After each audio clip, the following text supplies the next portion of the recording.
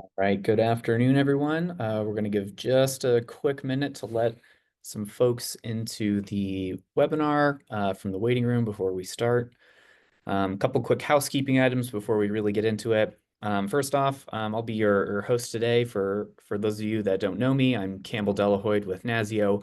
I'm our Senior Program Director for Energy Security and Resilience. If you're joining us today, you're here for the Cybersecurity Advisory Team for State Solar, or CATSS, Closeout and Continuity webinar. This will be our last formal engagement supporting CATSS, and so we wanted to point to other efforts and entities that are working on solar cybersecurity issues to make sure that anybody with outstanding questions or needs knows where to look. But that is not to say that NASEO will not be focusing on solar cybersecurity or DER cybersecurity issues in the future.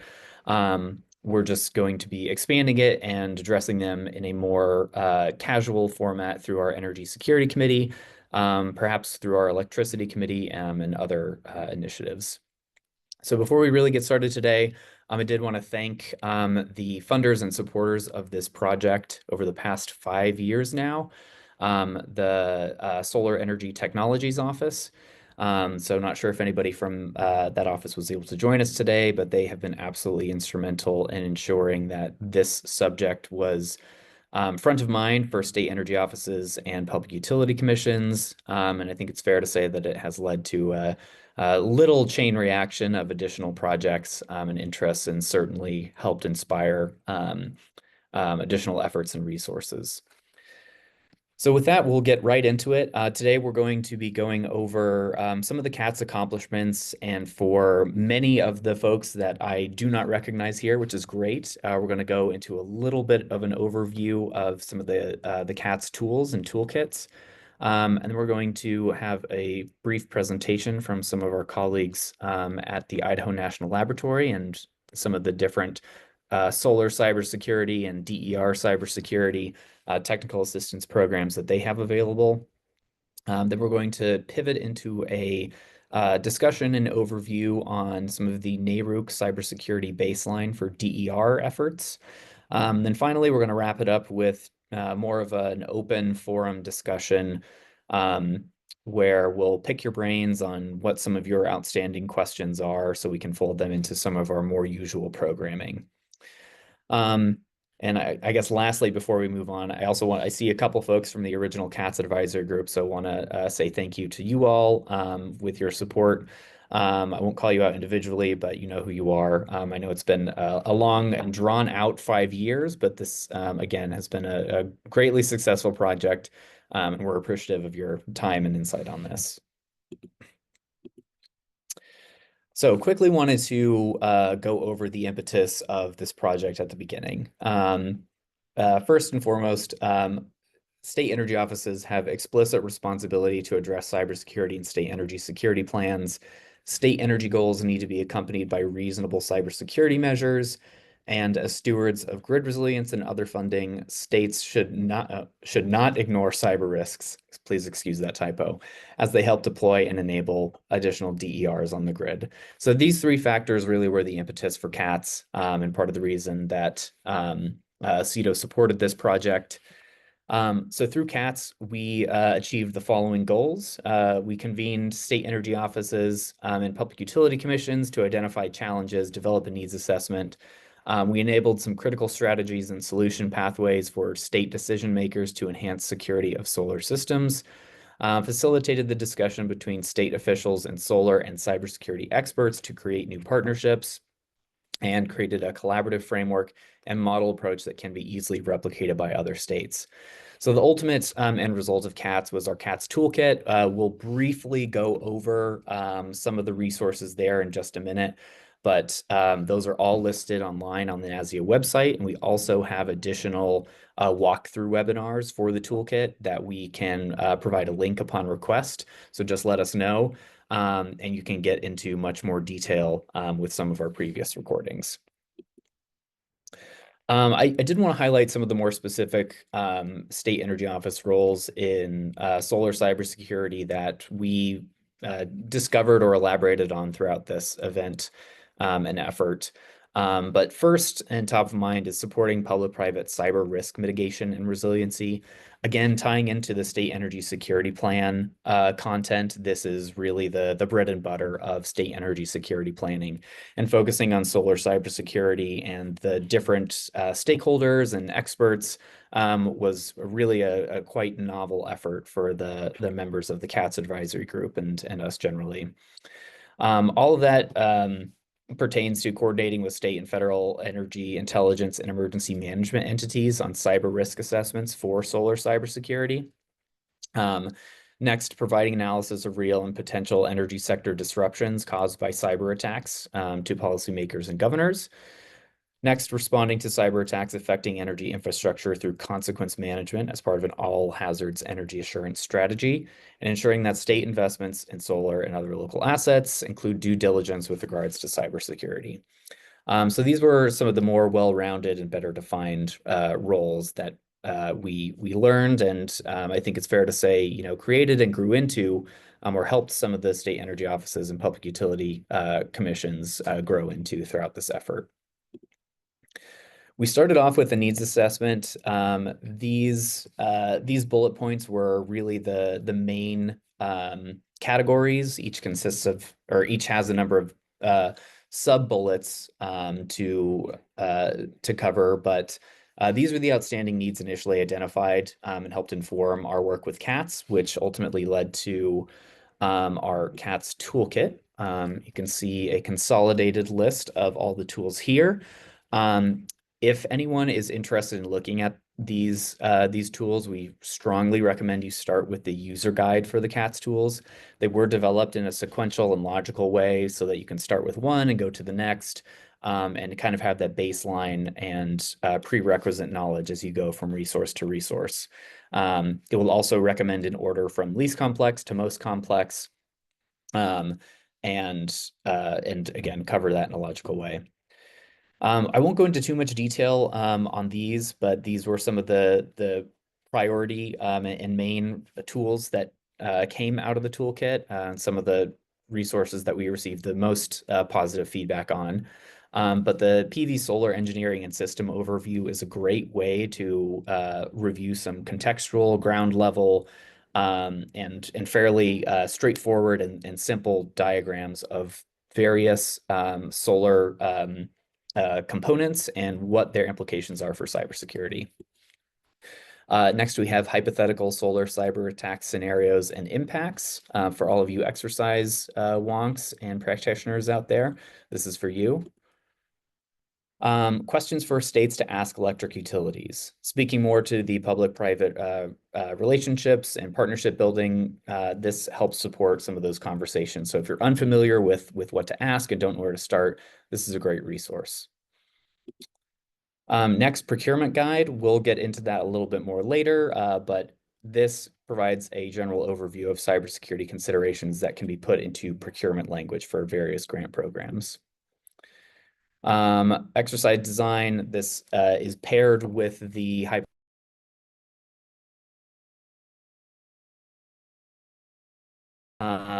and like I said, you can review all of these online. We have other recordings that go into more depth with some additional subject matter experts. But for now, we're going to dive straight into some of our continuity efforts here. And when I say our, I mean ours in the community around CATSS and that we connected with throughout this project. So first, we're going to start off with a presentation from our colleagues at the Idaho National Lab. So I'm going to stop sharing my screen here, and I will introduce Emma Stewart, and I think Megan Culler is on the line as well. But they'll walk through our next brief presentation. All right, Emma, you should have sharing permissions now. Awesome, thank you. I will share my slides quickly. Nice to meet you all online. My name is Emma Stewart. I'm the Chief Power Grid Scientist over at Idaho National Lab, and I lead our Center for Secure Digital Energy. I do also have Megan Culler on as well, who will answer any difficult questions that we have. Hold on till I share this screen, because apparently I can't also use the internet, as usual. Here we go. Did that work? Okay. Awesome. So What we're talking about today, we've been working on a number of different items. Obviously, we are in the CATSS meeting just now that is focused on solar. Over the last year or so, we have done quite a bit of work on looking at essentially the whole digital transformation landscape that was going on, particularly focused around power electronics, digital controls, a big focus on storage and inverters, and of course, solar and all the other pieces that map into that as well. So as part of that, we've developed this program with the Grid Deployment Office and CSER, which is essentially technical assistance to help states, GRIP awardees, GRIP being the DOE GDO program, and a number of others, basically improve their security posture around these new digital components also. I will apologize for my voice. Also, I'm recovering from being ill, so I sound a little bad. But if I drop, Megan will definitely pick up where I've left off as well. So the national security challenge that we've really been looking at here, because we like to deal sort of in the national security space, has really been our supply chain is not necessarily sourced with secure by design in mind. We've got a large supply chain coming from offshore, and we're really looking at how to improve that over time with both security efforts for the near term, security efforts for things that are in design or installation, things to do with procurement also.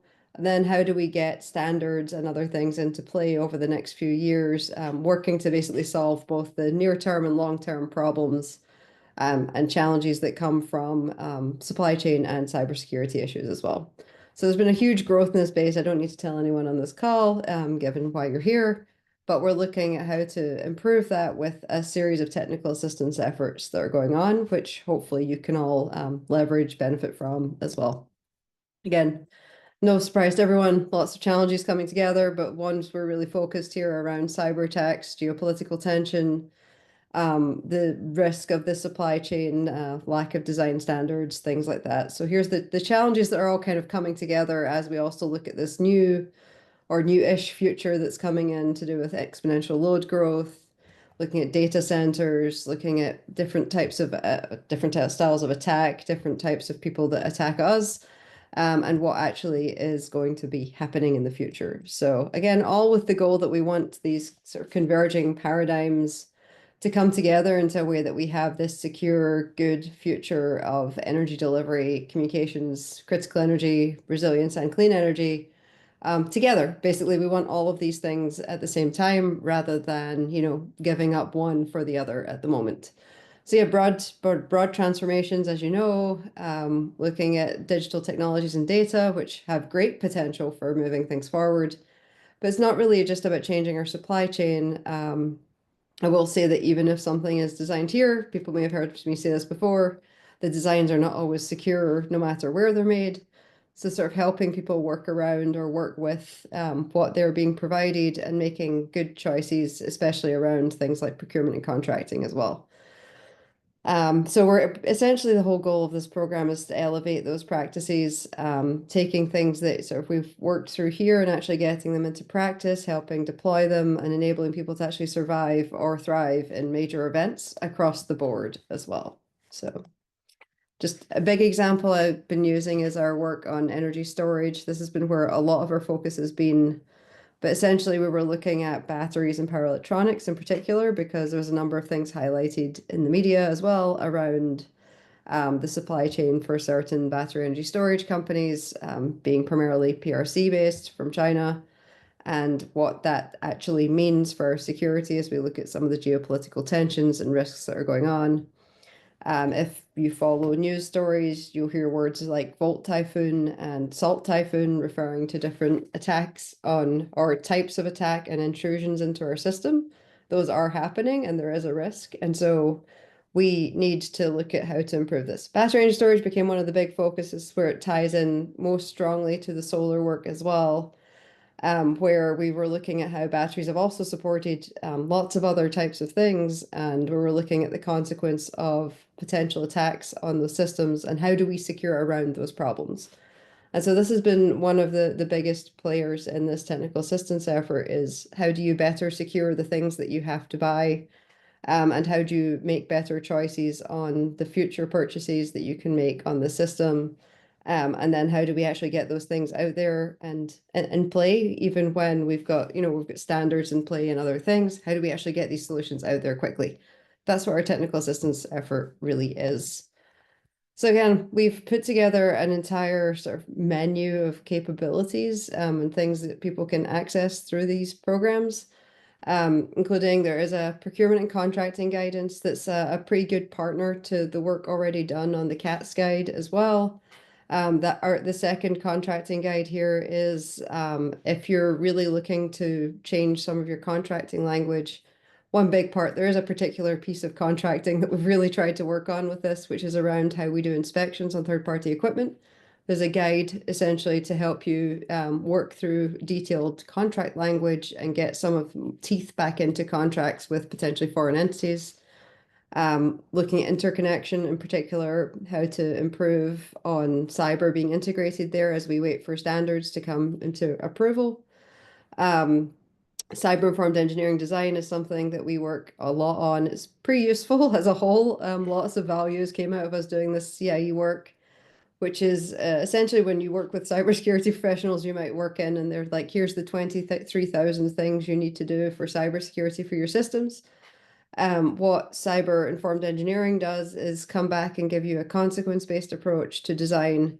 We've got tools now that are doing this specifically for microgrids and battery energy storage, that essentially you look at the worst case consequences and you can assign different styles of mitigation. So for example, fire mitigation, if you were most concerned about the security of your sensing, environmental sensing in those devices, there's ways you put other controls in place that are engineering based rather than just cyber based to help protect around those systems.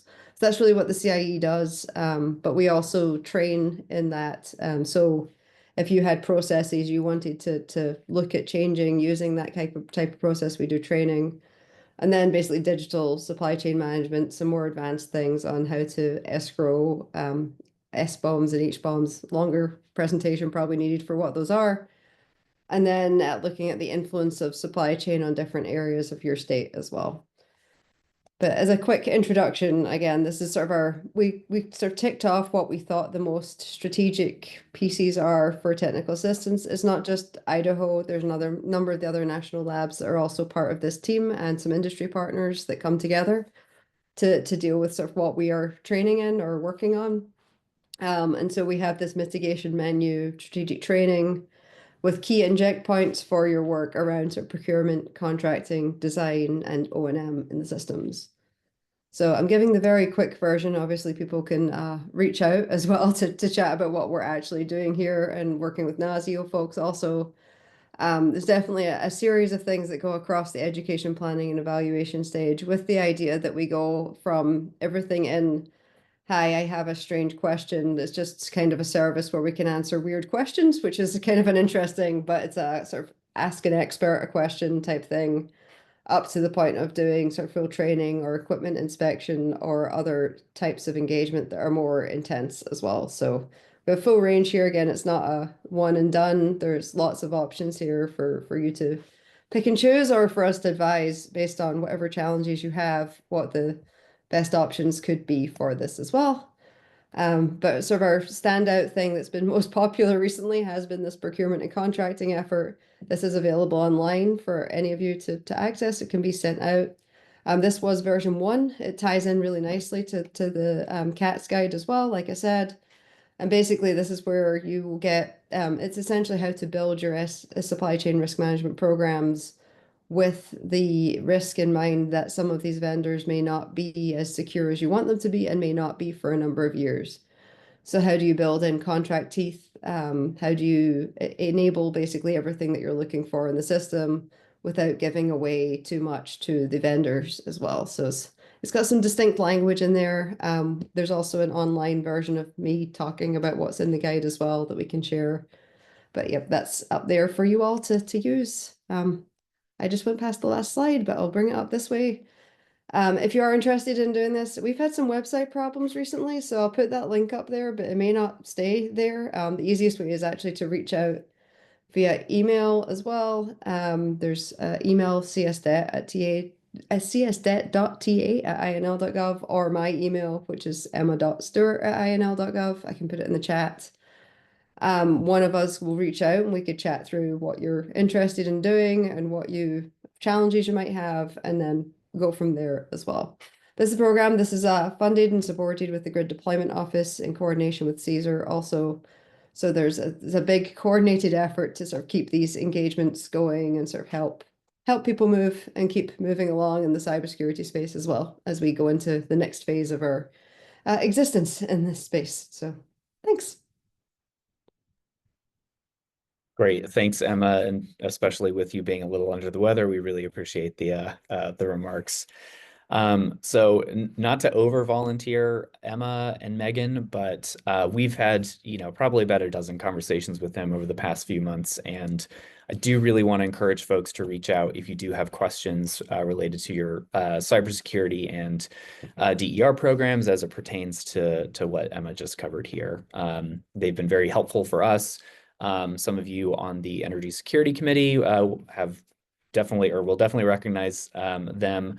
And we'll have future engagements as well. But for some of the new folks here that I see, don't be afraid to reach out to them or NASEO. We can help facilitate conversations, no problem.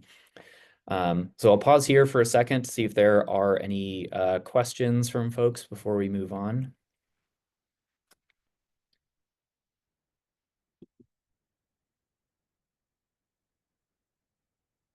Okay. Hearing and seeing none, we'll jump right back in. Give me just a second.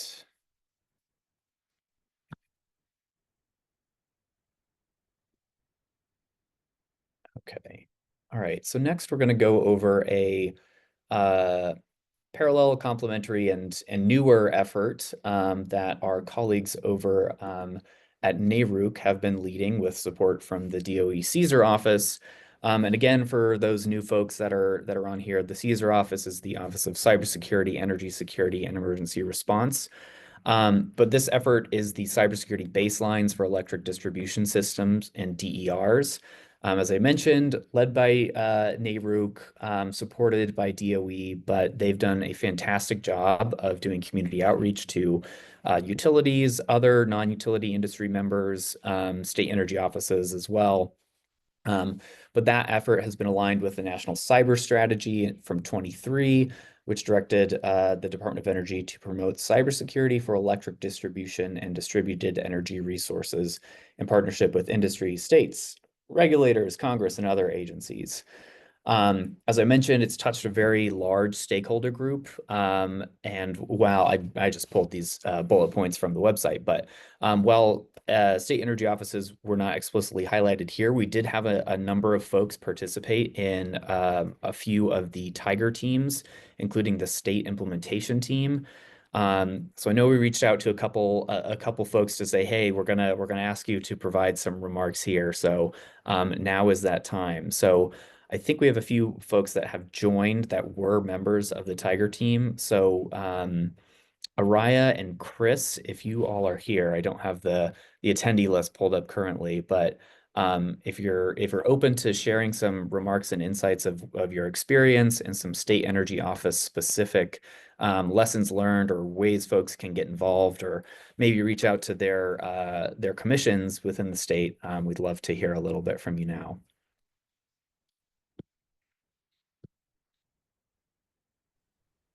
Yeah, sure. I can start it off. Go ahead, Chris, and I'll jump in right after. Sounds good, right? So I think, all right, were you on the adoption Tiger team as well? I believe so. Okay, so we're gonna have similar input, and I think we have similar weird governance at our respective states for how we got involved with this. Yes, go ahead. Yeah. So we'll see. We'll see. So this has been as Campbell said, a really good effort to kind of establish the bare minimum that typically unregulated entities can do to increase the baseline cybersecurity posture of a state. I was able to participate because our commission shoveled this work over to my office that's in Commerce, or the office I work for that's in the Department of Commerce in Minnesota. So we were kind of there to provide some input on how this would look in Minnesota, but also to just gather all the information in the ether and all the awesome discussions you have in between all the meetings with people, bring it back to the state to kind of prep them to get ready for this rolling out, because it is kind of a big sea change in the regulatory space of, typically distribution's been like, maybe the consequence isn't large enough that we're going to really focus on you right now. We're going to handle the bulk power system, and distribution do your own thing. But it's becoming, I think some of the drivers could be like, Order 2222, we're going to have aggregated DERs playing in the bulk power system. The federal government's starting to get a little nervous because they can't see down to that level of granularity of security if these aggregated resources are on the distribution system. So, one thing that observation I took away is that what I really appreciated this being a NARUC effort, they also really did a lot of work to try to understand and appreciate how this would affect those typically unregulated entities. And I'm thinking municipals and cooperatives here. In Minnesota, we have 182 of them. So, most of our distribution by geography, not by customer count, but by geography, most of our distribution is municipals and cooperatives. So this effort, it's when they say commissions, or on the first couple drafts, they said commissions, that would always get struck and say like relevant, jurisdictional authority, or, it could be a city council board, or it could be a cooperative board or similar. But, what I like about this is the actual guidelines themselves. I'll drop them in the chat. It's 12 pages. Like, when do you get 12 pages of cybersecurity guidance? Not often. And it's pretty easy to follow. For those of you who have been working with like the cross-sector performance goals, you'll recognize almost all these things. What they tried to do is take from, excuse me, I'm also a little under the weather myself today. They tried to take from the CISA CPG's cross-sector performance goals, NIST CSF, and even DOE's C2M2 program. Try to take the best recommendations from all those and then tailor them to those let's say under-resourced and maybe not very mature cybersecurity or entity, not very mature cybersecurity programming entities. And then they went a step further and went into like actual implementation, system implementation guidance. So they mapped all these recommendations to your NIST 800s, your 62443s, bunch of different standards and guidelines that the technical people can really get into. I'm not really able to do that too much at this current time, but what they're on now is phase 2 of this effort. So they're rolling out, they have an interim implementation guide that has scoping and prioritization. So there's guidance for scoping what systems in your distribution system and what DER systems this should be applicable to, and that's based on there's qualifiers of serves so many customers or has so much amount of generation capacity in a given area, and there's also a prioritization scoping group that's going through like, okay, so you have these 12 pages of controls or processes. Which of those do we want you to do like by next week? And then which ones can you take more time to hammer out as you go through? And those, I think the scoping Tiger team probably would have been the funnest one. It seemed like they were having some not heated arguments, but very very real discussions of like, when should this actually matter? Well, like, when do we need to force a control on somebody or force a requirement on an organization? But I'm just rambling a lot. I want to give Araya a chance to say something too before.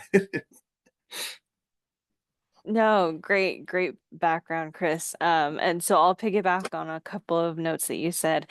So I want to reemphasize the baselines are geared toward utilities that are either distributed only utilities or utilities that have assets that fall in the low category for NERC CIP.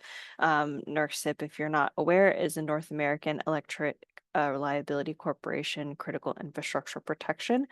So it's another set of cybersecurity standards that are known within this space and held in high regard. The baselines are not intended to be shared with those utilities, with those types of utilities in Washington State as a starting point.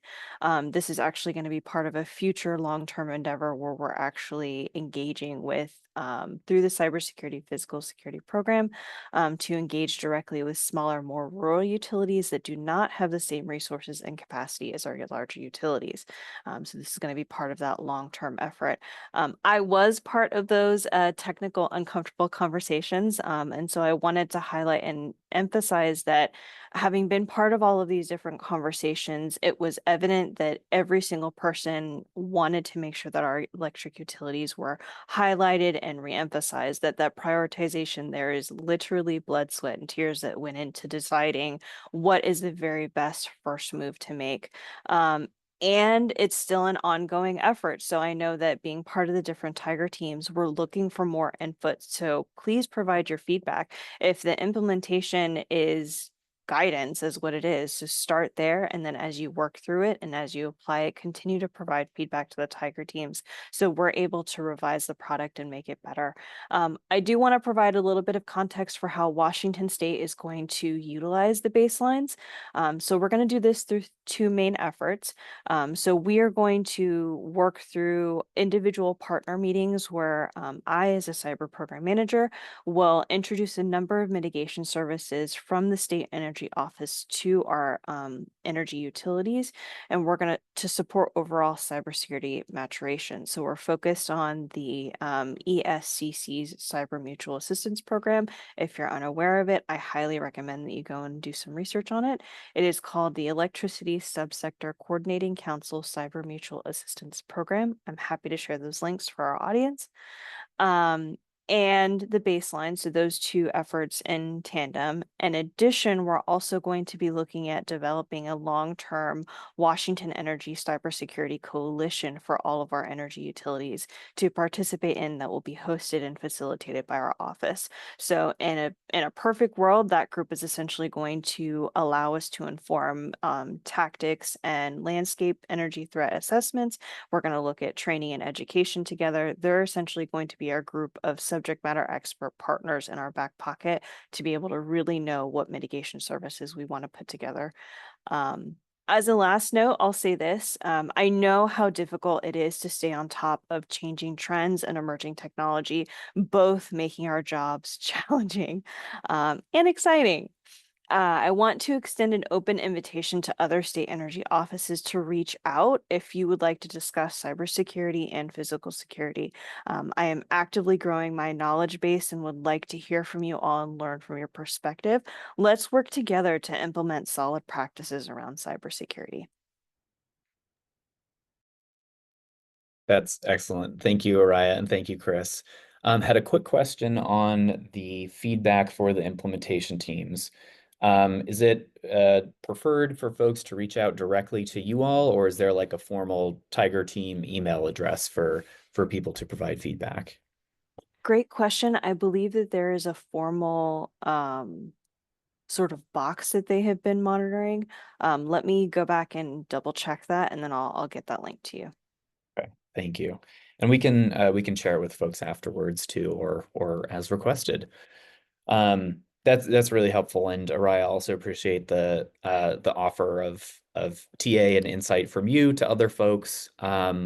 Washington State is one of the few energy offices, as well as Minnesota, that has dedicated cybersecurity staff within the energy office. So, I would suggest for folks to take Araya up on her offer. But any questions for Araya or Chris before we move on? Or any final thoughts from Chris or Araya? Yeah, I just had one. Appreciate it, Campbell, the opportunity to get rid of a hang fire here. But I think that, as Araya noted, this is an iterative, ongoing process, and I think the DER section of this is going to be, there's a lot more work to be done there, because DER is such an expansive group of assets, itself, and it gets really nebulous, like who has regulatory authority where, or it's plainly obvious that no one has regulatory authority over a lot of DER owner operators and installers. So, be on the lookout for that as it relates to CAT stuff. I think that the DER there will continue to be much more work on the DER specific front once we tackle the distribution utilities. That's kind of a little bit easy. Well, nothing's easy in regulation, but a little bit easier than going out and doing this on at the equipment level for all the DER. Excellent. Well, that's great, Chris. And you know, no good deed goes unpunished, as you all know. So we'll probably be asking you all to provide us an update in the future sometime soon and forever. Okay, well, we'll move on to a couple more forward-looking items. Just a second, pull this back up. Okay. All right, so I wanted to highlight some of the continuity efforts that NASEO is conducting or involved in. As part of our work with CEDO, we you know, had to do some deliberate strategizing on how we would continue this work and make sure that it was still front of mind, because it is important and it won't not be important at any point. I think the state energy security plans certainly provide a really consistent, great ground to keep focusing on this subject in particular. And as our friends from INL pointed out, there's always subject matter experts and technical assistance programs and resources being consistently developed and iterated on that you can point to or reference in your work. So, you know, don't hesitate to reach out to us, to INL, to any of the other labs. And also our federal partners too. But did want to quickly review some of the specific things that we have going on, starting with some specific examples of State Energy Office, DER, and or solar cybersecurity programs. So as everyone here should know, all of these state energy security plans do address cybersecurity. Some hone in on the solar cybersecurity and DER and local asset cybersecurity a little bit more than others, but that's an area that we do encourage folks to look at more in the coming years, especially for states that have more ambitious solar energy goals and plans. But there are examples not only in the SESPs, but also within various SEP projects. There's a number of cybersecurity and SCADA related projects for some water and electric wastewater utility improvements, some general cyber TA that can be provided through some of these programs with lab assistance.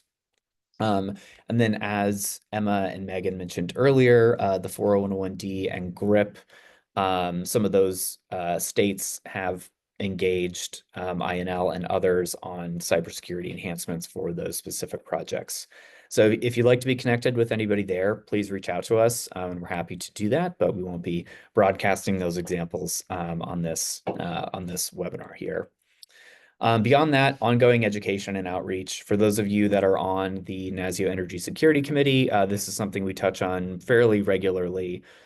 So for, again, the new folks whose names I do not recognize and who might not be on the Energy Security Committee calls, the door is always open, and we welcome new faces to make sure the good word is spread and that everybody has a seat at the energy security and cybersecurity table. That kind of covers our next bullet, which is the encapsulation of solar cybersecurity into existing structures. I know NARUC, they're also addressing this through their critical infrastructure subcommittee. We have regular touch points with them, and we're making sure that we're collaborating and sharing information between the State Energy Office and Commission perspectives. We continue to engage a lot of external working groups, including the Solar to Grid working group. We're involved with SEIA, the Solar Energy Industry Association, and American Clean Power Association, and some of their security and cybersecurity initiatives. Unsurprisingly, a lot of them are battery related and DER and local asset related generally, not necessarily just solar related. So those conversations are ongoing. We're always asking about opportunities for states to get involved and particularly attend in-person events. So we'll be socializing those as they come across our inboxes or desks.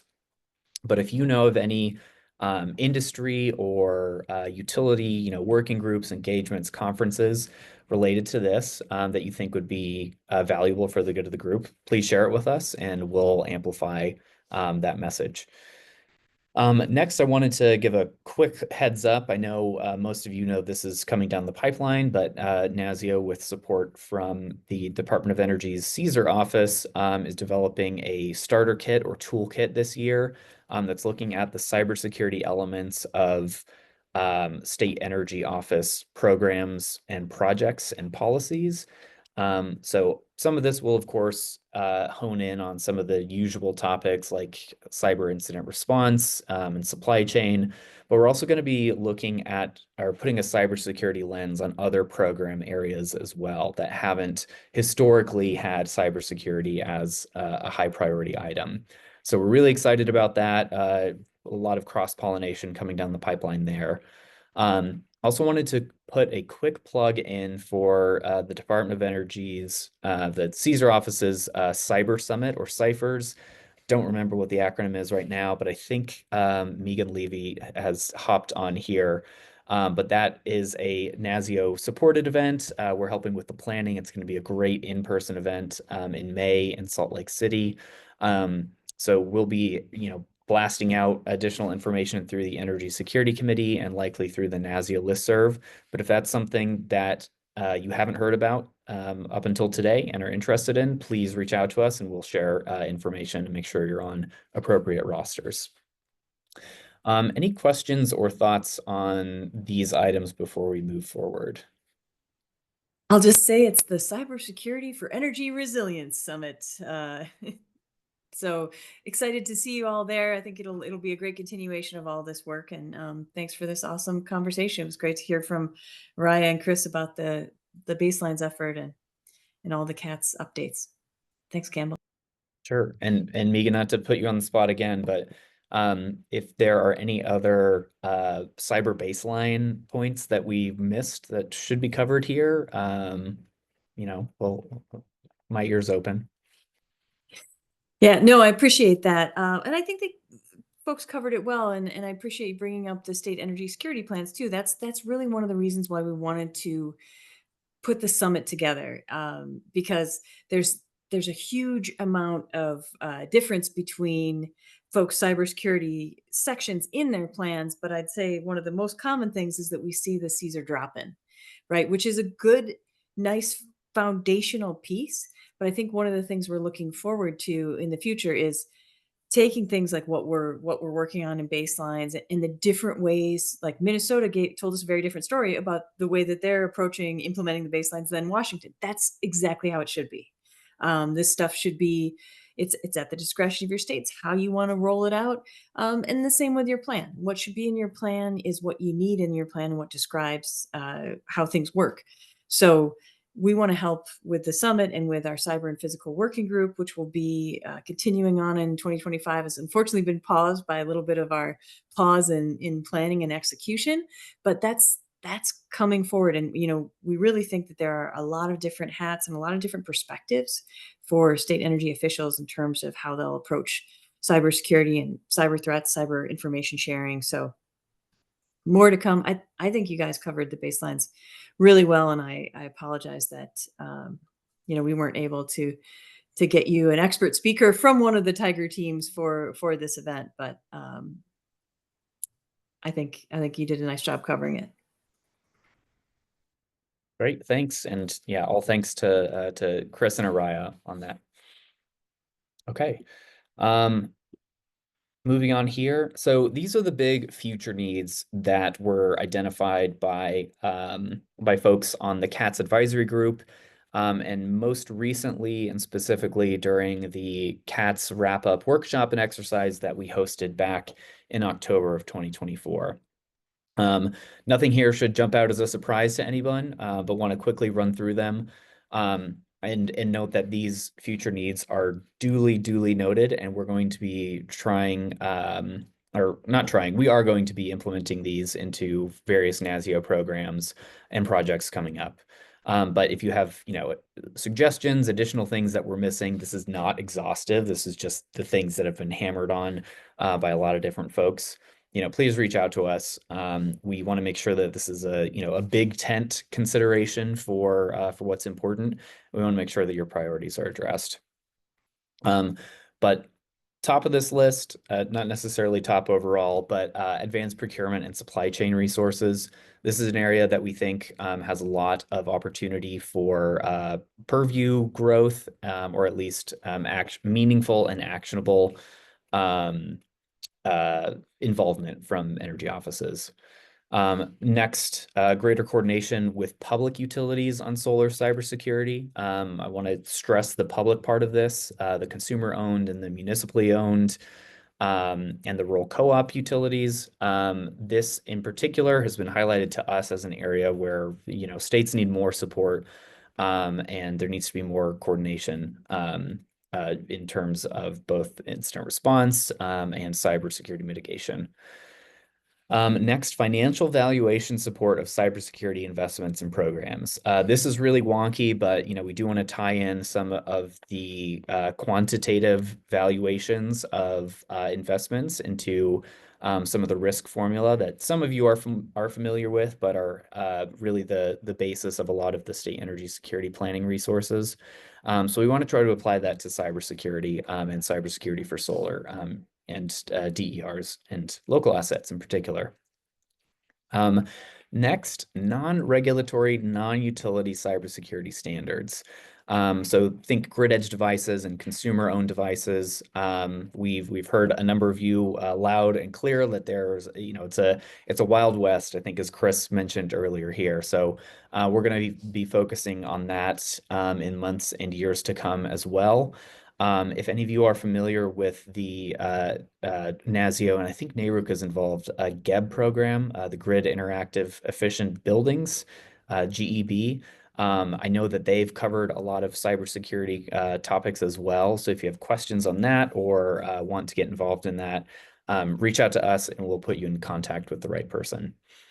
Next, timely and enhanced information sharing. And I deliberately included join the EISAC in here because that's the first thing we recommend to folks. And again, with seeing a lot of new faces or names on this webinar, I do want to suggest that everyone here reaches out and joins the Electricity Information Sharing and Analysis Center. They've been great partners. They've opened up some of their unclassified threat information capabilities and news blasts to state energy offices, which has been fantastic. So we really recommend that you join that, and we will drop that link into the chat if Sarah hasn't already. Next, and more inclusive, but we want to have more proactive and inclusive and consistent and formal planning and coordination on all subjects related to solar cybersecurity, including incident response and planning and outreach. We've mentioned a couple times today that there are a number of initiatives going on, but we also look to you all to let us know when there are broader stakeholder groups and meetings going on so that we can document them, cite them, share some of the structures and content with other states, and make sure that those topics are being socialized, not just within the silos of states, but across the country. As you all know, peer-to-peer sharing is really the basis of at least the NASEO Energy Security Committee. And again, we rely on your input and thoughts for that. But specifically, we've been the items below that are what have been highlighted to us as communities or topics that need to be involved more or have more consideration. So consumer-owned utilities, public utilities, we mentioned that, virtual power plants, community solar owners and operators, bulk battery storage manufacturers, other vendors, the list can go on, but like I said, we're taking a big tent approach to this, so we want to be overly inclusive rather than exclusive here. Okay, next and last, quick discussion forum. We'll run through some of these questions. It'd be great to hear some of your feedback. As always, if you don't have anything that jumps to the top of your head right now, we're always open to suggestions via email or phone call, so feel free to reach out to either Sarah or I. and we'll make sure that it's folded into our programming in some way, shape, or form. But first, wanted to just put a question out here. What solar cybersecurity needs, challenges, or questions are most pressing for you and that we haven't touched on today?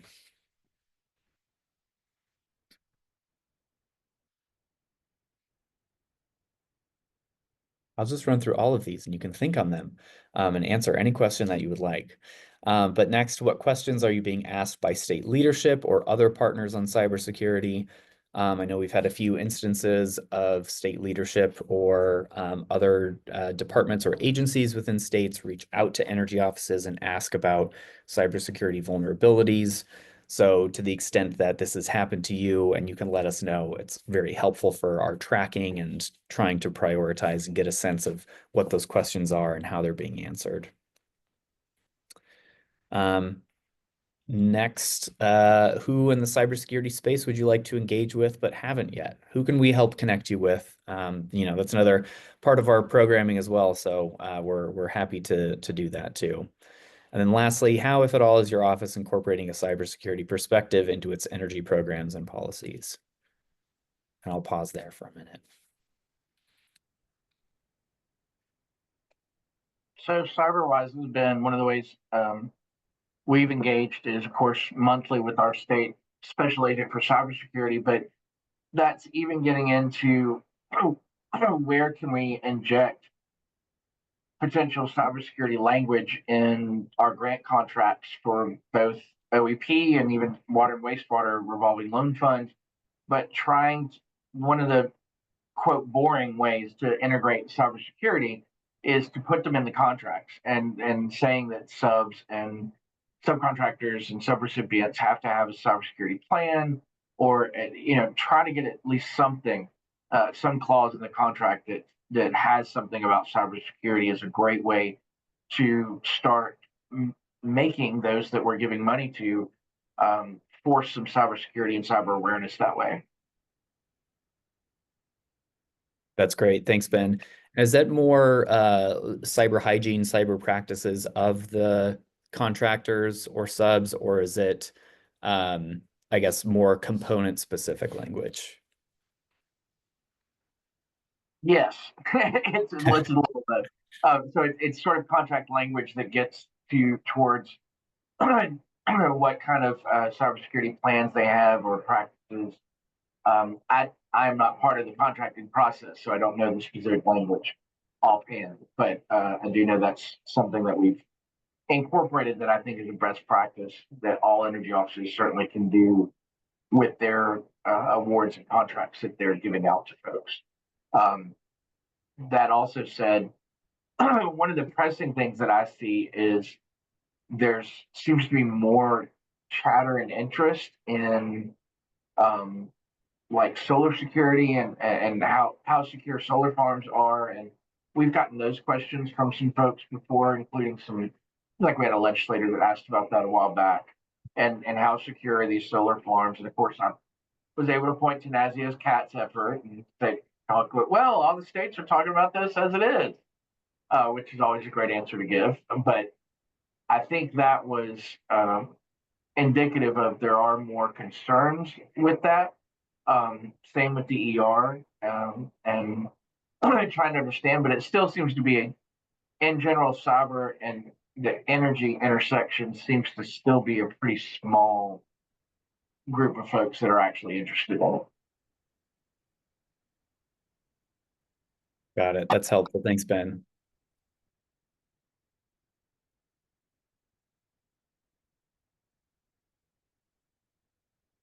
Any other thoughts from folks here? Oh, Chris? Yeah, hey, Campbell, this is Chris. This doesn't really speak to these questions here, but more to your push to get everybody to the EISAC. I'd like to also recommend get in touch with your state fusion center, because they're very law enforcement focused, but when you get in there, you'll find that multiple state agencies will have representatives in there, not beyond those that come in during when it gets turned into an emergency operations center. But I've found that, we've made a lot of headwind in getting involved with our fusion center and our associated colleagues over at like our IT services, our state homeland security emergency management folks. that's where we've been getting a lot of good information that's a little more applicable to what our day-to-day as a state than an EI. The EISAC is still definitely awesome for sure. Do the EISAC first, but do your Fusion Center too, because I've just gotten a lot more actionable stuff from them and networking opportunities beyond just saying like, oh, FortiGate has a new vulnerability, and you're like, what? I don't even know which of my utilities use that particular piece of equipment at that version at so yeah, I would just recommend Fusion Centers, put a plug in for it. No, that's great. And I'm going to ask a follow-up question that should vary in the answer state to state, but how do you get involved with them? Do you just send them an email? Is there a more formal portal? I know not everyone here has worked with law enforcement in the past. Yeah, so ours, when our office stood up about a year and a half ago, it was about the same time that our Fusion Center was standing up a critical infrastructure key resources subgroup. So that was all 16 sectors of critical infrastructure, but we were kind of like the state energy representation on that group.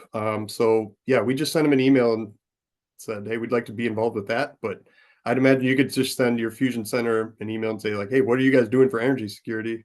Or I would say, what questions do you have about energy security that what value could we provide to you, Fusion Center? And then, because you'll find that a lot of people, even in emergency management stuff, shockingly don't think about energy as a risk, or energy assurance is a big part of all their operating plans. So when you can bring some of that perspective to drills or tabletop exercises, that's what we lean on in Minnesota to do our work, is tabletop exercises. But yeah, there's a lot of good opportunities there. But yeah, it will vary state by state, I'd imagine. We might be blessed with an awesome one in Minnesota. I don't know. It sounds like it. And that's such a great point too. You all have such unique and valuable information that not a lot of emergency management or homeland security or law enforcement folks know about. And so, never undervalue it. Even with a little that, even if you don't think that you have a lot of information or insight, because you do, and these resources and others and your colleagues are always available to help with some of those more wonky and in the weeds subjects. All right, I see we have 1 minute left. So I guess I'll put it out there for any last thoughts, alibis, questions.